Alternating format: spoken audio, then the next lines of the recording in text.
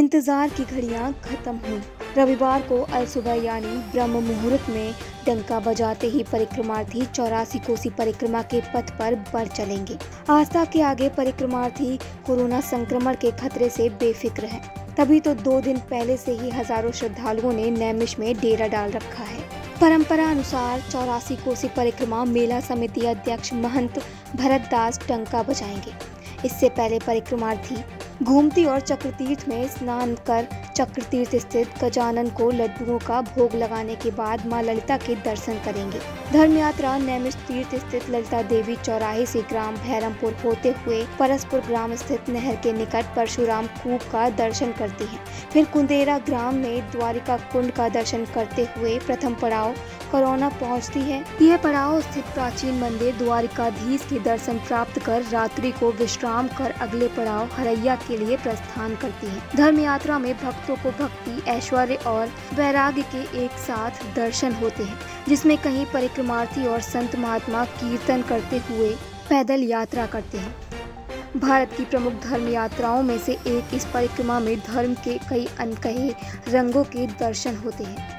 साधु संत, गृहस्थ, बच्चे और महिलाएं सब एक ही राम रंग में डूबे नजर आते हैं। बोल कड़ाकर सीताराम के जय घोष के बीच हंसते मुस्कुराते गाते बजाते पूरी ऊर्जा के साथ इस पावन परिक्रमा में कदम दर कदम बढ़ते चले जाते हैं।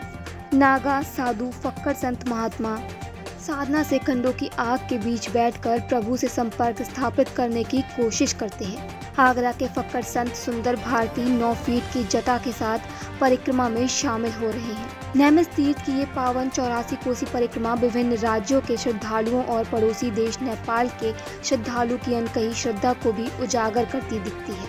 सभी का उद्देश्य एक ही होता है, परिक्रमा में सभी देव तीर्थों के दर्शन करते हुए पुण्य और मोक्ष को प्राप्त करना। परिक्रमा में सम्मिलित होने आए साधु संतों की मंडली के कई अलग ही रंग देखने को मिलते हैं। साधु संत भक्त पेड़ों की छांव में भाव विभोर होकर भजन कीर्तन करते हैं, तो कहीं साधु संत श्रद्धालु चिमटे ढोलक की थाप पर भजन गाने में मस्त हैं।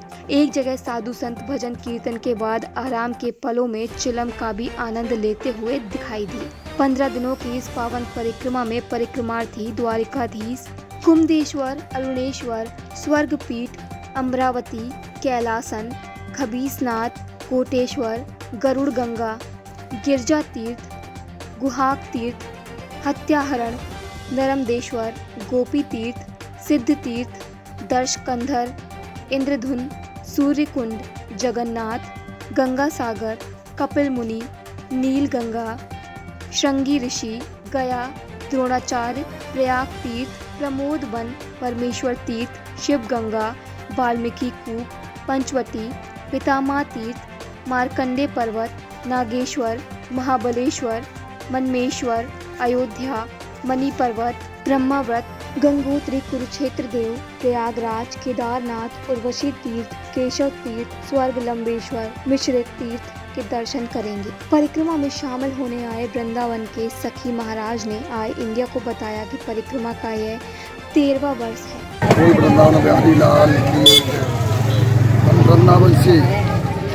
वृंदावन से इस वर्ष 13वीं वर्ष है।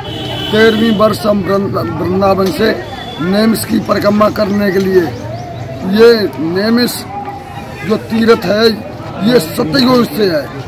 वृंदावन का महत्व कृष्ण के जन्म से, अयोध्या को महत्व राम के जन्म से, गंगा जी को महत्व जो हरिद्वार का या इलाहाबाद में गंगा आने से, ये नैमिष का महत्व तो जब से सृष्टि रची गई है जब से है।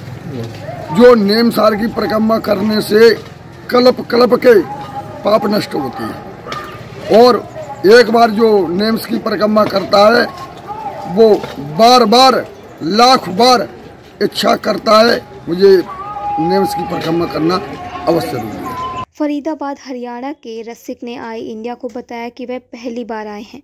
4 बार आ चुके हैं और इस परिक्रमा में अच्छा लगता है और सब संतों को हम दर्शन करते हैं और सब लोग हमारे भी दर्शन करते हैं और हम लोग मिसरीन तक जाते हैं। जगदीश बाबा का हड्डी गांव ने चाटी हैं। फरीदाबाद हरियाणा के सुरेश चंद्र शर्मा ने आई इंडिया को बताया कि पहली बार परिक्रमा में शामिल हो रहे हैं। सुरेश चंद्र शर्मा, फरीदाबाद, हरियाणा। पहली बार परिक्रमा करने आए हैं।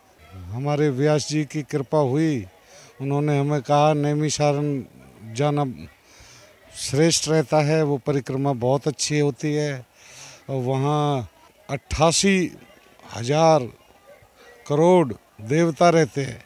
हम काफ़ी देवता देखे हैं हमने, काफ़ी घूमा है आज सारे दिन। सुबह चक्र कुंड में स्नान किया है। जनपद हरदोई के संत रामदास ने आई इंडिया को बताया कि वह 4 बार परिक्रमा कर चुके हैं। रणधाम में पधारे हुए हैं, प्रथम बार पहली बार आगमन हुआ है। हमारे श्रीमान संतोष जी शाहबादी जी का विशेष आग्रह था कि महाराज जी आप एक बार नेमसारण धाम में पधारें, तो हम प्रथम बार ब्रज 84 कोष नेमसारण की 84 कोष की परिक्रमा के लिए बहुत से शिष्यगणों के साथ में पधारे हुए हैं।